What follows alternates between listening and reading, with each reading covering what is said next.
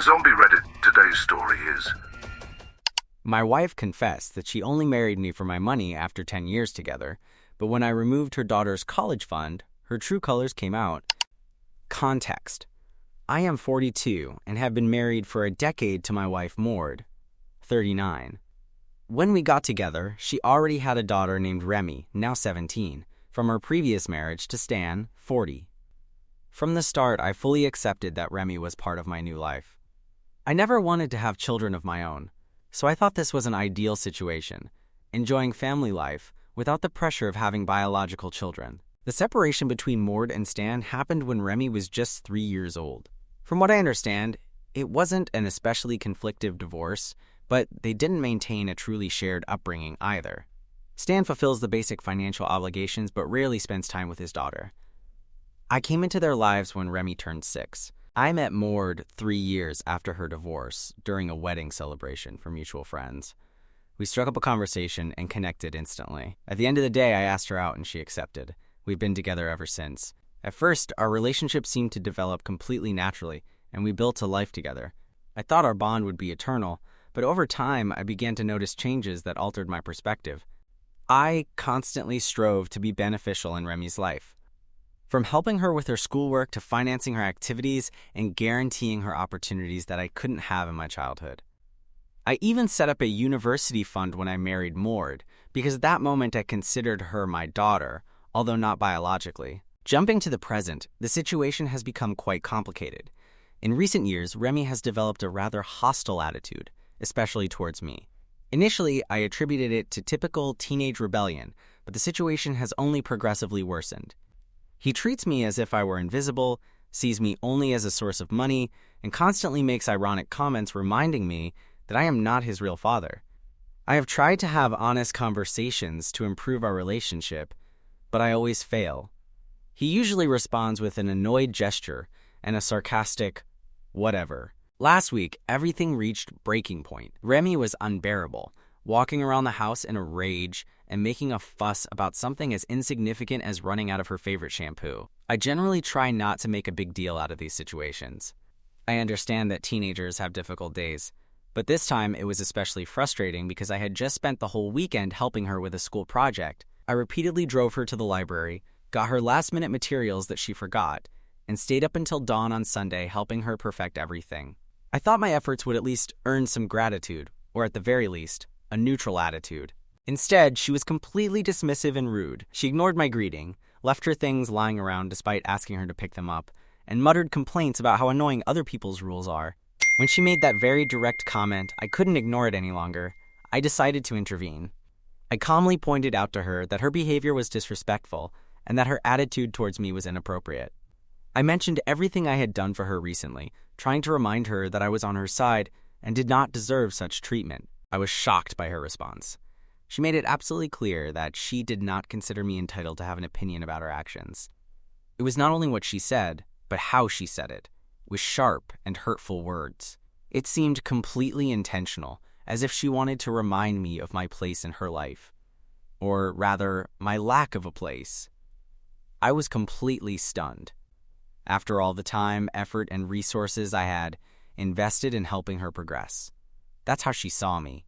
Not as a parent or even as part of the family, but as someone with no right to comment on her behavior. The most painful part came later. Mord was nearby and had clearly heard the whole conversation. I expected him to intervene, to back me up, or at least to try to mediate. Instead, he supported Remy. He basically confirmed that I had no authority to discipline his daughter, and insinuated that I was overstepping my bounds by trying to do so. Those words hurt me more than anything Remy said. It wasn't just a momentary disagreement. It was a complete rejection of the role I thought I had in this family. It really broke me. Apparently, all the effort I had put in over the years, financing trips, extracurricular activities, tutoring, even her first car, was totally worthless. I have devoted so much time, energy, and money to this family, and now I am told that I have no say in my own household. Fine then. If I am just the bill payer, I guess I will start behaving like one. This is where the situation became controversial. As I mentioned, I had set up a college fund for Remy when Mord and I were married. This came exclusively from my money, independent of Mord's finances. and it wasn't something Stan contributed to either. I originally planned to cover a significant part of his higher education to give him a good start, but after that conversation, I began to reevaluate the situation. If I'm not family enough to have an opinion on Remy's attitude, why should I be family enough to pay for his college education? I decided then to dissolve the college fund and transfer that money to my retirement account. I didn't announce it immediately to Remy and Mord. I didn't want to act meanly, but Mord found out when he checked the balance for a school-related expense. He confronted me furiously, accusing me of manipulating them with the money. He claimed that I was sabotaging Remy's future out of pure revenge and behaving childishly. I replied that I wasn't sabotaging anything. I was simply redistributing my own money towards my future, since they clearly didn't consider me part of theirs. Mord argued that my attitude was unfair, especially since Remy is only a teenager and doesn't fully understand the consequences of her actions. I replied that if she is old enough to disrespect me and remind me that I am not her father, then she is old enough to assume that I am not obliged to support her as if she were. Before anyone misunderstands, I am not heartless. I did not abandon Remy without options. I explained to Mord that if she really wants to go to university, she can look for a job, apply for scholarships, or make Stan take responsibility for once. She has alternatives. It's just that he won't get everything for free from me anymore. This situation has created a huge rift between Mord and me.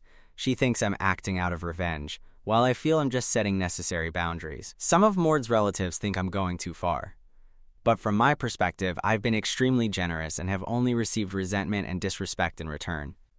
I did not marry Mord to be treated like a walking wallet, and if my contributions are not appreciated, I will gladly withdraw and focus on myself. So, am I the bad guy for turning my stepdaughter's college fund into my retirement fund after she and my wife made it clear that they don't really consider me part of the family? Update 1. I have noticed comments pointing out the way I expressed myself when I mentioned having invested money in Remy. I understand why it could be interpreted negatively, as if I were reducing her to a transaction or expecting some kind of retribution. That was absolutely not my intention. I did not dedicate all that time, effort, and resources expecting compensation. I did not intend for her to be indebted to me or feel obligated. I did it because I sincerely believed I was part of this family, and helping it succeed was simply what a family member does. What is truly painful is not the financial issue. It is understanding that I was never perceived as an integral part of the family. Mord's words that I was not his father were not limited to disciplinary issues. They represented a complete rejection of my place in their lives. For years, I thought we were building something meaningful together. I believed I was more than just someone who financed their expenses, that I was a father figure and a husband whose contributions mattered. But when they treated me like an ATM, what was I supposed to feel? If I'm only there to provide, why can't I call it an investment? Clearly, that's how they've been looking at it. A few days after the confrontation with Mord and Remy, I received a message from Stan. We rarely communicate, so I was surprised. His message was concise. He wanted to meet to talk about Remy. I wasn't sure what he wanted, but I accepted. Despite what had happened, I still care about Remy and thought he might have some important information to share that could help her. During our meeting, he started by being overly friendly, as if we were close friends. He tried to joke and be friendly, but his insincerity was obvious. After a few minutes of this performance, I asked him to be direct. He then abandoned the charade and asked me directly to reconsider funding Remy's university education. According to him, my decision was selfish and motivated by my own ego. He claimed that I was punishing Remy for behaving like a teenager and allowing my pride to get in the way of his well-being. Hearing these accusations infuriated me completely. For years, I have been Remy's main financial support, while Stan barely did the minimum as a father. Yet there he was, accusing me of failing him. All I could do was remind him that he was Remy's real father, not me. If anyone had a responsibility to fund his higher education, it was him. He immediately adopted a defensive stance, claiming financial incapacity. I didn't believe that excuse and confronted him directly. Stan has a well-paid job and could perfectly well afford the educational costs if he really wanted to. The truth is that he simply doesn't want to spend his money. For years, he was content to let me assume most of the financial responsibilities. And now that I've backed down, he's desperate to put the burden back on me. I made it clear to him that I would not change my decision. The college fund no longer existed, and it was not my problem. Then Stan made it worse. He started shouting, insulting me, and painting me as the villain. I did not give him the reaction he was looking for. I remained calm, avoided participating in his theatrics, and withdrew when it became clear that the conversation was not progressing productively. Since then, he has been sending me messages constantly. His communications range from attempts to make me feel guilty, to veiled threats, and appeals to my sense of responsibility. One moment, he accuses me of ruining Remy's future, and the next he tries to appeal to my years of concern for her. It's exhausting, but I refuse to give in. Stan had, and still has, every opportunity to support his daughter. If he really values her education, he will find a way to finance it himself. This whole situation has forced me to reflect deeply on my relationship with Mord, Remy, and even now with Stan. I don't consider my decision to dissolve the college fund to be an easy one, but I believe it was the right one. If Mord and Remy do not recognize me as a father figure, then I cannot continue to pretend to be one by financing their future. At this point, I feel like I have been attacked from every possible angle. I have tried to do the right thing for years, even when I received no recognition or appreciation. But I have reached my limit. I will not allow them to continue taking advantage of me, no matter how hard they try to manipulate me with guilt. It's sad because I appreciate Remy and want him to succeed, but I have realized that my involvement in his life was always on their terms. They wanted my money and support, but refused to grant me the respect or position that should accompany that responsibility. And now that I have drawn a clear line, everyone is upset. Not because I am wrong, but because it inconveniences them. I stand firm. If they prefer to see me as an ATM, then they must accept that I decide when the withdrawals stop. Update 2. Recently, the situation with my wife Mord and her daughter Remy took an unexpected turn. After all the controversy over the college fund, Remy decided not to attend college. Mord immediately held me responsible. She insists that my decision to eliminate the fund completely discouraged Remy and made her feel abandoned. Although I regret that Remy has this perception, I don't understand how all this responsibility falls exclusively on me when her biological father, Stan, should have intervened from the beginning. Stan has been notoriously absent in all the practical aspects of parenting, especially the financial ones. He has an excellent job and could perfectly well afford her studies, however. As soon as my contributions ceased, everyone started acting as if Remy's future depended solely on me. I couldn't ignore this injustice any longer, so I questioned more directly about why Stan wasn't funding Remy's university education. Shouldn't he, as his biological father, take on this responsibility instead of relying completely on me? Instead of acknowledging my argument, Mord completely avoided the issue. He continued to claim that I had let Remy down and that redirecting the university fund was selfish and vindictive. I felt that no matter what my arguments, she refused to consider any responsibility for herself or for Stan. The conversation became extremely frustrating with her constant evasiveness, and, during one of these heated exchanges, Mord blurted out something that left me completely stunned. In her frustration, she admitted that she believed it was my obligation to pay for Remy's university education because she had married me in search of financial security. At first, I doubted that I had heard correctly. It seemed like the kind of exaggeration that someone would say in the middle of an argument, not something that they would actually confess. But there it was, absolutely clear. I paused and asked him to clarify his words. He stammered, tried to retract them, and failed to offer any coherent explanation. That moment completely transformed my perspective. For years, I believed I was building a real family with Mord and Remy. I treated Remy like my own daughter, supporting her in every possible way and genuinely wanting her to succeed. I thought Mord and I were partners in this life project, but to hear her reduce our relationship to a simple financial arrangement, to tell me directly that she saw me as a means to achieve economic stability, was a completely unexpected betrayal. The realization hit me hard. I always suspected that my financial capacity significantly influenced Mord's interest in me. I tried to convince myself that it was just one aspect of our relationship, but now, hearing her admit it openly, I felt that my worst fears were confirmed. It wasn't about love, respect, or building a shared future. I was just someone who supported her financially, and that was the only thing that really mattered to her. After gathering my thoughts, I told Mord that I couldn't continue with this situation. If she really saw me exclusively as a source of financial security, I refused to continue playing that role. I explained that I would no longer function as her ATM and that they needed to move out as soon as possible. I didn't want to escalate the situation unnecessarily, but I couldn't allow it to continue either. Since then, the reactions have been mixed. Some close friends have shown their unconditional support. They have pointed out that Mord's confession reveals a lot about how she has always perceived me.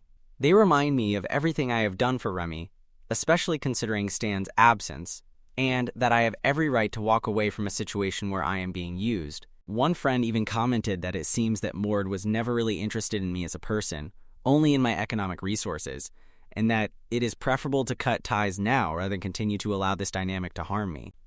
On the other hand, some family members feel that I am overreacting. They suggest that perhaps Mord did not think through his words, or that he expressed himself incorrectly in the heat of the moment. They believe that I should give him the benefit of the doubt and try to reconcile us, rather than ask them to leave.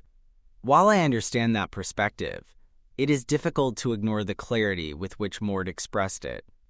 His subsequent inability to explain himself only confirmed that he expressed exactly what he thought. This situation has led me to question absolutely everything. Did Mord ever consider me a true partner? Was I just a convenient financial solution? Did Remy ever see me as a father figure? Was I just someone who made his life easier? And now that I have drawn a clear line and refused to continue functioning as an ATM, am I doing the right thing? Or am I abandoning a family that could have been saved with a different approach? At this point, I feel like I've done everything I can to be a good husband and stepfather. I've supported her financially, emotionally, and in every way imaginable, but now it seems like none of that mattered as much as my ability to pay the bills. It's a difficult reality to accept, and I'm not clear on how to proceed from here. Update 3. A few weeks ago, Mord and Remy moved out. It wasn't an easy decision, but it was necessary. For a while, I thought that was the end, but last week, Mord contacted me. She asked me to meet up, and although initially I thought about turning her down, in a moment of weakness, I decided to listen to her. I had no clear expectations, but I thought it would provide some kind of closure, one way or another. We met for lunch at a restaurant. As soon as she saw me, she started crying. She apologized profusely for everything. She admitted that she was wrong to treat me the way she did, to consider me mainly as financial support. She said that she loved me and couldn't imagine going on without me. I listened patiently as she cried and begged me to reconsider my position. She assured me how sorry she was for her actions, but regardless of her apparent sincerity, nothing changed for me. I could only remember that moment when she confessed to having married me for financial security. I had hoped that during our meeting she would explain that it was said impulsively out of frustration and did not reflect her true feelings, but that did not happen. On the contrary, she confirmed it. She told me clearly that her words were sincere. That confirmation was devastating. I always knew on some level that my financial contribution was important to Mord. I convinced myself that it represented only a small fraction of our relationship, that I was valuable to her for many more reasons than the money I provided.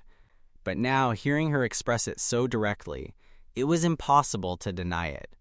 She had married me because she needed financial stability, and eventually that became everything I represented to her. I wanted to hear her deny her words, to claim that she was speaking out of anger and frustration. I wanted her to explain herself, to completely retract what she had said, but she didn't. She offered no justification or explanation. She simply reaffirmed it. She meant it.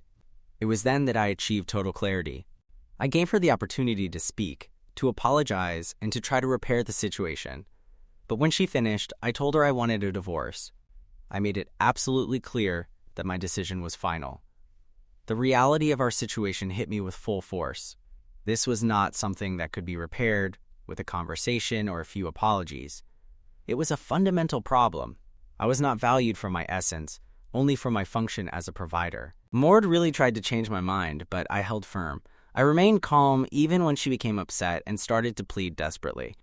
I could see how difficult the situation was for her, but I could no longer ignore the reality. When she confessed that she had married me mainly for financial security, it was as if everything fell apart. It wasn't just a slip of the tongue during an argument. It was the painful truth. Making this decision was not easy. I still have feelings for Mord, but the person I thought I knew is not who he really is. Trust has been completely destroyed, and once lost, it is almost impossible to regain. The most painful thing in all this is realizing that I was never truly valued for who I am. Despite everything I did for Mord and Remy, all the love and care I offered, it was always fundamentally about the money. I gave them everything, and it was never enough. Now I feel I have lost a part of myself, but at the same time, I feel liberated. I no longer need to pretend to be satisfied with being treated that way. Since that meeting, things have been pretty quiet. I've hardly heard from Mord. He's still trying to convince me to reconsider my decision, but I'm standing firm. I don't think I can go back to that dynamic. It would be a constant reminder of how little they valued me. The truth is, I deserve better than just being someone's financial safety net. I deserve a real partner, not someone who sees me as a means to an end. Update 4.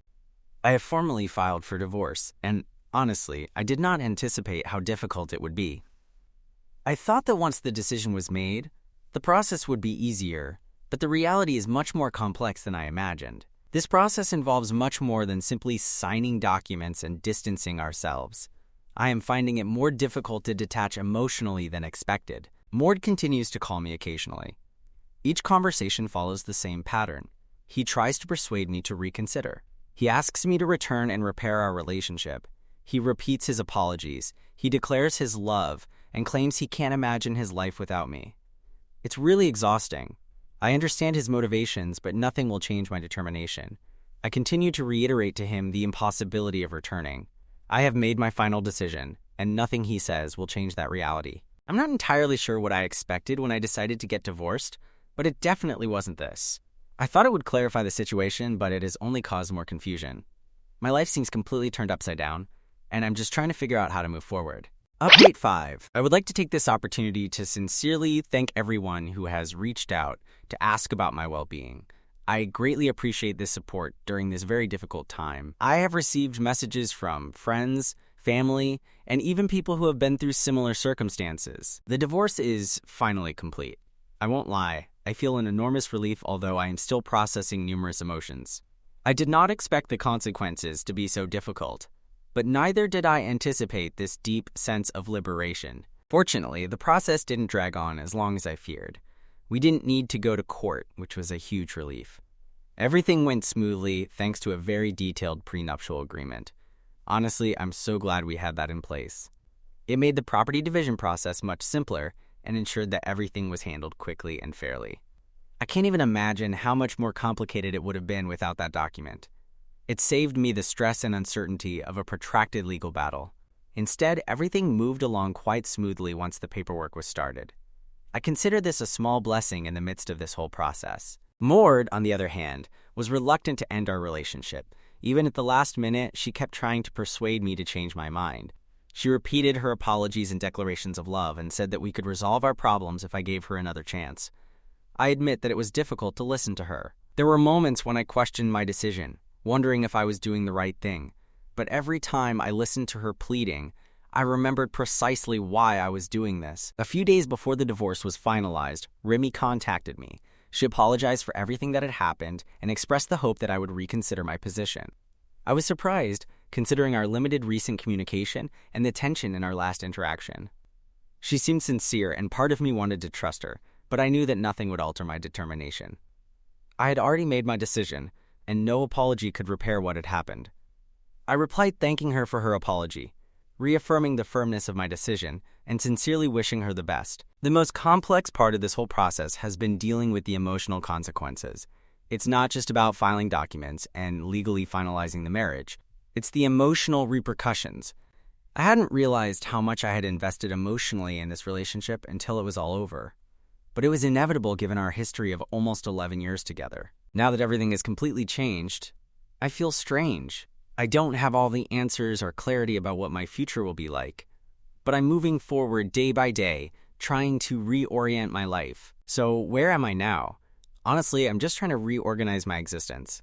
It has been an enormously complex process to assimilate, and I'm still working through it. Again, thank you all for your unconditional support.